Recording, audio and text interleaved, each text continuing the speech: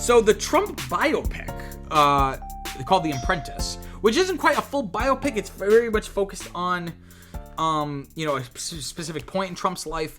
That film has launched a crowdfunding campaign to increase and sustain its theatrical release. So the campaign is titled Release the Apprentice.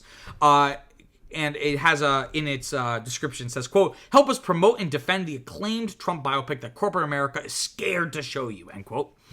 There's different tiers if you want to support the campaign. $25 will allow backers to stream the film after it hits theaters. $100, you're going to get your name in the credits. And there are even higher tiers, which includes, you'll receive one of the 3 toupees worn by Sebastian Stan as Trump, playing Trump, as you can see in this photo here. I have another quote here from the campaign, and they kind of explain, their ambitions here, saying, quote, the obstacles we have faced releasing this movie are well documented. Our distribution was blocked. We were hit with a cease and desist from Trump's lawyers. Major media companies were afraid to show you this movie. Releasing this movie has become a David and Goliath struggle, but with your support, you can help #release the apprentice, end quote. So again, what's the context for this? So I actually covered this film a little bit a couple of weeks. I think it was like the first week of June, if you want to go check out that video, but in summary, this is a biopic about Trump's rise in the New York business world in like the late 70s, early 80s, working closely with infamous, power broker Roy Cohn, right? The film was directed by Ali Abbasi, who's an Iranian-Danish filmmaker. And again, I originally done a story about this following its premiere at the Cannes Film Festival. It was struggling to find a distributor.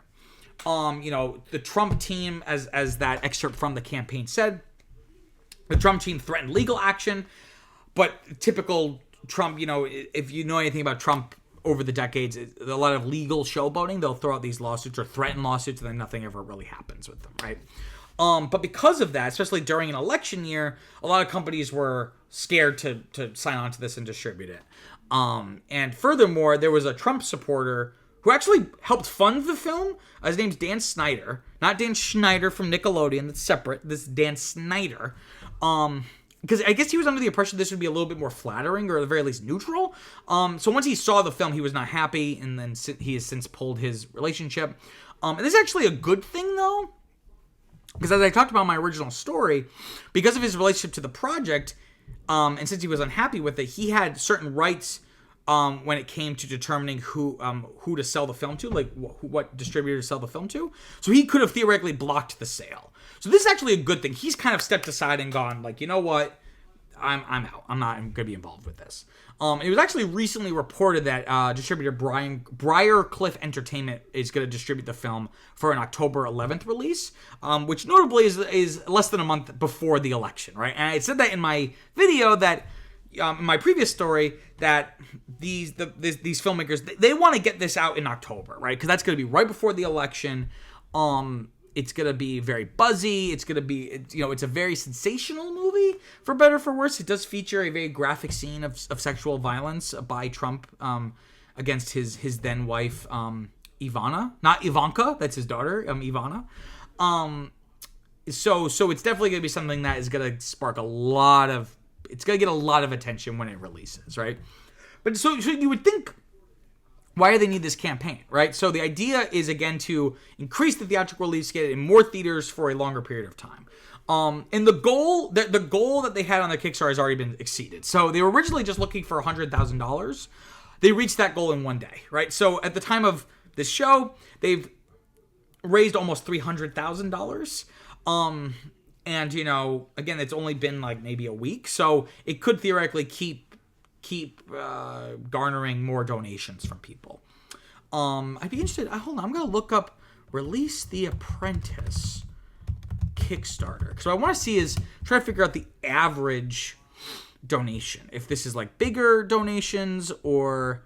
Okay, so far it is raised $296,862, and it has 4,265 backers. Okay, so the average donation is about like $70, right? So you're probably getting a lot of like $25, $50, $100 donations, which is always great to see because I love crowdfunding and crowdsourcing, and I think it's the future of filmmaking. So again, they've already reached their initial goal. I'm sure they're gonna try to keep growing this fundraising pot as much as they can. IndieWire notes that. So like, where's this money gonna go? So IndieWire notes that a portion is gonna go to attorney fees if any such legal issues arise, but most of it will go towards the marketing of the film. And again, I think if you can market this right, this could be huge, just in terms of the insular world of the film industry. But it could have a really big impact on the election. I mean, not really big. I don't know how many people are going to watch this who were going to vote for Trump and now won't. But it at least kind of reinforces, it may motivate certain people who maybe would sit out going like, you know what, Trump's a scumbag, I'm going to go vote and go vote for Kamala Harris, right? And again, it reflects the interest in the film. And again, it's people voting with their dollars in a sense, right? They want this film out in front of the biggest audience possible. And again, like I said, it feels very democratic in that way. And I think it reflects an earnest curiosity in this film. And it's really interesting because again, it's politics and art often intersect, even though a lot of people try to make them separate. I would maybe even argue that they're two overlapping circles, that, ultimately everything is political in a sense. But this is definitely an example where the two worlds are intersecting, right? So again, will this play a major role in the election? And I have a good quote here from Michelle Goldberg at New York Times. And she said, quote, "Should The Apprentice end up widely available globally, but not for political reasons in the United States, it will be a sign of democratic decay, as well as an augur of greater self-censorship to come," end quote. So I think that point is really well taken. This idea that, if this movie is most important for American audiences, so if this somehow kind of doesn't end up in the United States because of these political reasons, it's going to reinforce, again, because from I read an interview with the producers of this film, and they talked about basically everyone we showed it to loved the film. They were just afraid to distribute it because of the legal issues that could potentially arise with Trump, especially if he gets back into the White House. If you have one of these companies that is thinking about merging or acquiring, a Trump White House might kind of, thwart, using the regulatory machinations, thwart any effort for those businesses to do what they want to do. So it kind of reminds me of like the Blacklist era, where, filmmakers and actors and writers and all different kinds of people in the industry were blacklisted due to confirmed or even just suspected communist ties. And the idea was, because technically it wasn't legal, because you can't not hire someone because of political affiliation, but, or even suspected political affiliation. But the idea was that all the studios decided to self-censor, because they said, if we let too many communists into the industry and they start filling our movies with propaganda, the government's going to start regulating us. And we don't want that. We'd rather regulate ourselves. So again, this idea of self-censorship, can be really dangerous. So I'm excited. I really hope to see this movie. I've heard it's, good. Some people have said it's revelatory. Some people have said, it's fine.